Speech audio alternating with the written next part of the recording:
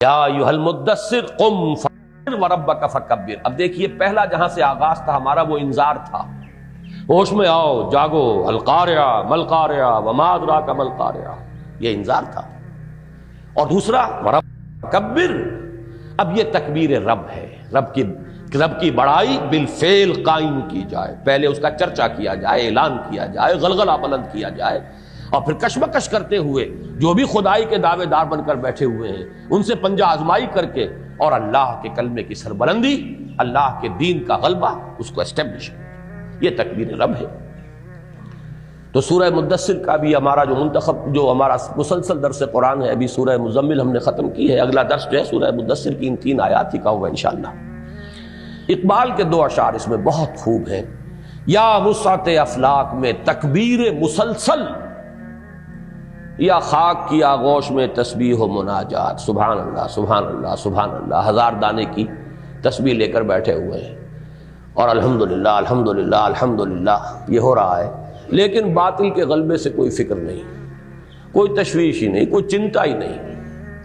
وہ یا خاک کی آغوش میں تسبیح و مناجات، اور وہ ہے اللہ اکبر، اس کا نعرہ، یا وسعت افلاک میں تکبیر مسلسل، یا خاک کی آغوش میں تسبیح مناجات، وہ مسلک مردان خداگاہ خدا مست۔ دیکھیے دونوں الفاظ جو کل بھی آئے تھے، معرفت ربانی اور معرفت نفس، اپنے آپ کو پہچانو اور اپنے رب کو پہچانو، اپنی حقیقت، اپنی عظمت، اپنا مقام، تو وہ مسلک مردان خداگاہ خدا مست۔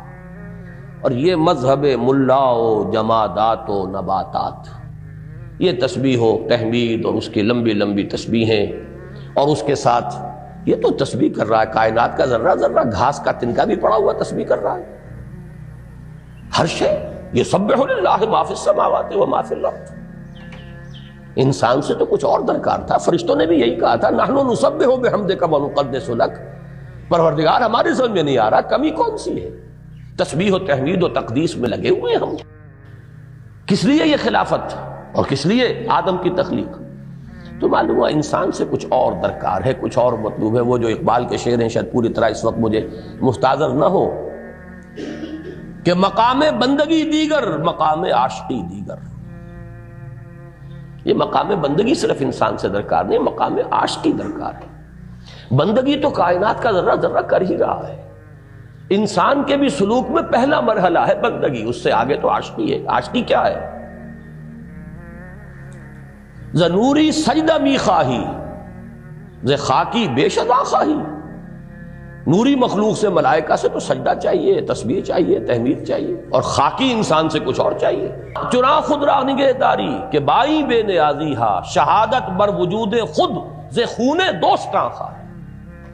بندوں سے تو درکار یہ ہے کہ اب میری راہ میں آؤ، جنگ کرو، گردنیں کٹواؤ، خون دوستاں، اپنے دوستوں کے خون سے اپنے وجود پر شہادت چاہیے تجھے۔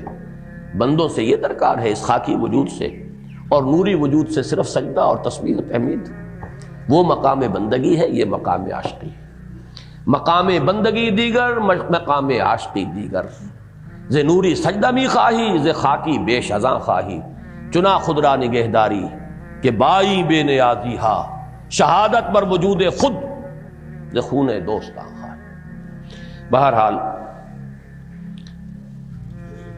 یعنی اللہ تعالیٰ کی کبریائی کا اقرار و اعلان اور اس کی حاکمیت مطلقہ کا بالفعل قیام و نفاذ۔ اب یہ 2 چیزوں کو نوٹ کر لیجئے۔ تکبیر جب ہم کرتے ہیں، اللہ اکبر کہتے ہیں، تو ایک طرف اقرار و اعلان ہو گیا، ہم نے مانا اللہ سب سے بڑا ہے، ہم نے اعلان کر دیا اللہ سب سے بڑا ہے۔ لیکن اگلا مرحلہ یہ ہے اس اقرار اور اعلان کی تنفیذ، واقعتاً اللہ بڑا ہو۔